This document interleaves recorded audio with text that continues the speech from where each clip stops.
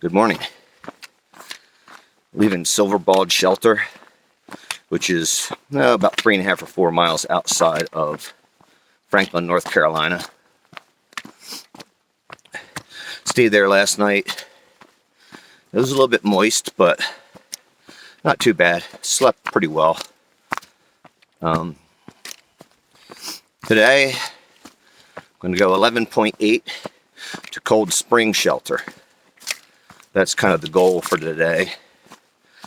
And I have in mind the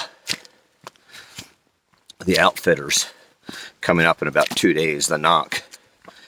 So anyway, just try to strategize on when I want to hit certain towns and when.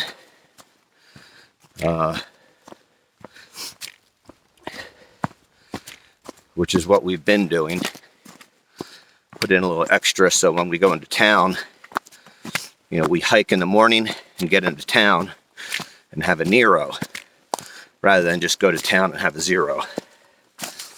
And that's what we did yesterday. We stayed in Franklin till just after lunch, then got a ride with Zen back out here, 4-mile hike up. We were pretty tired last night. Everybody went to bed early. But it's kind of gray and overcast. We're expecting rain. So I have all my frog togs.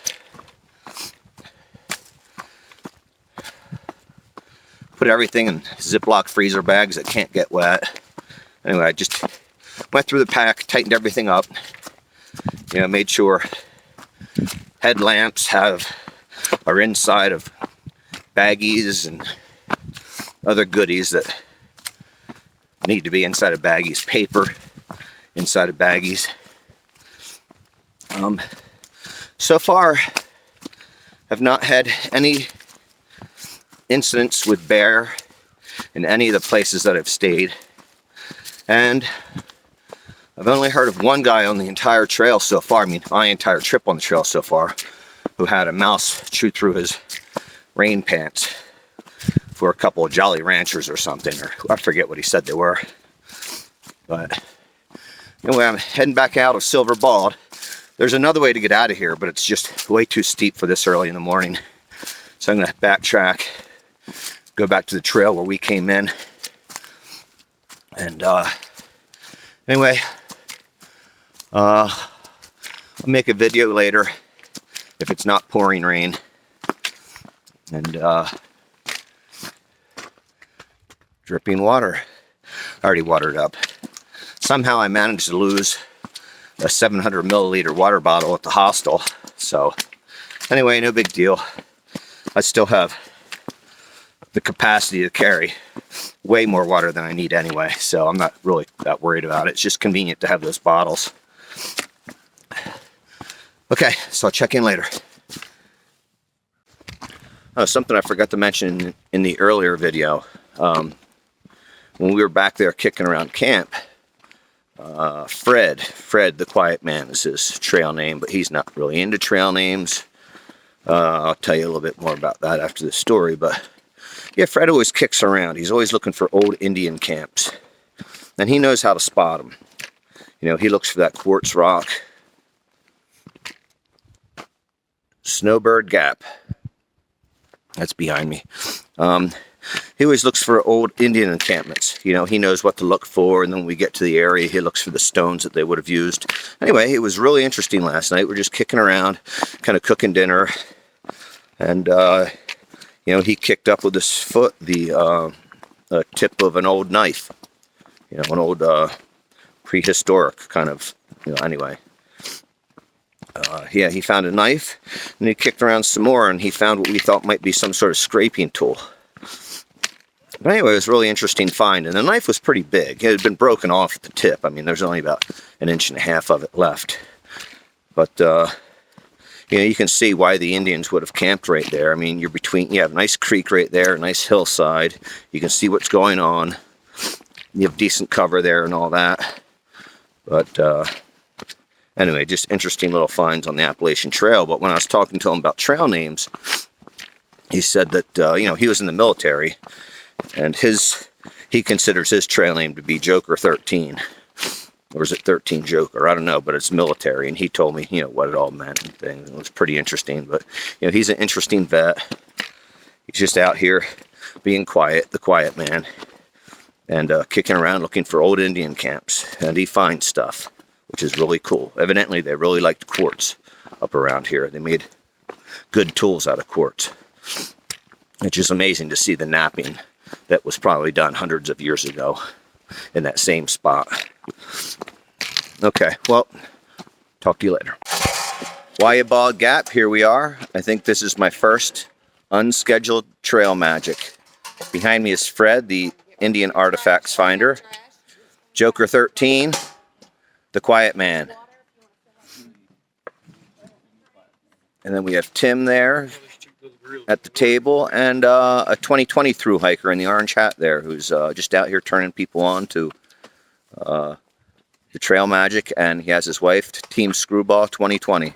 That's awesome. And behind me here is Go. Go is coming up now. He was at camp last night. We're all having a good time, and we have some oranges and chips and all sorts of things. Okay, talk to you later. So that was Screwball, who thru hiked 2020 with his wife. It was nice to get a hot dog in me and a bag of Cheetos and a Dr. Pepper and a couple pieces of chocolate. That was really fun. Nice of them. As we were standing there eating our hot dogs, boy, it's starting to get really cold, really overcast. And if it snowed right now, it wouldn't surprise me at all. I mean, it's that cold. It's that kind of dreary. Yeah, and then some other thru hikers rolled in. Go, I had leapfrogged back and forth with him over the past week or so. I never really met him. Last night at camp was the first time I actually sat down and talked to him. But yeah, he's a decent guy. I think he said he was from Texas. I forget. I'll have to ask him again when I see him. But anyway, just wanted to give a brief update after a nice little surprise trail magic, and chat with you later. This is the John Byrne Memorial Tower. He was a young forest supervisor. I believe the youngest that had ever become supervisor in the Forestry Service of his era. 1930s. 1931 to 33. Anyway, this is a memorial tower to him. There was once a forest fire sighting tower here. It was a wooden structure, and they did away with it. And then they built another structure and kind of had to redo that. And this is what we have today. Here's a view.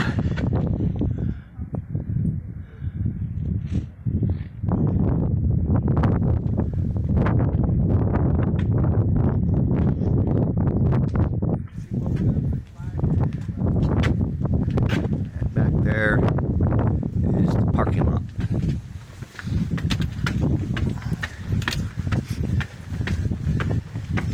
Hello.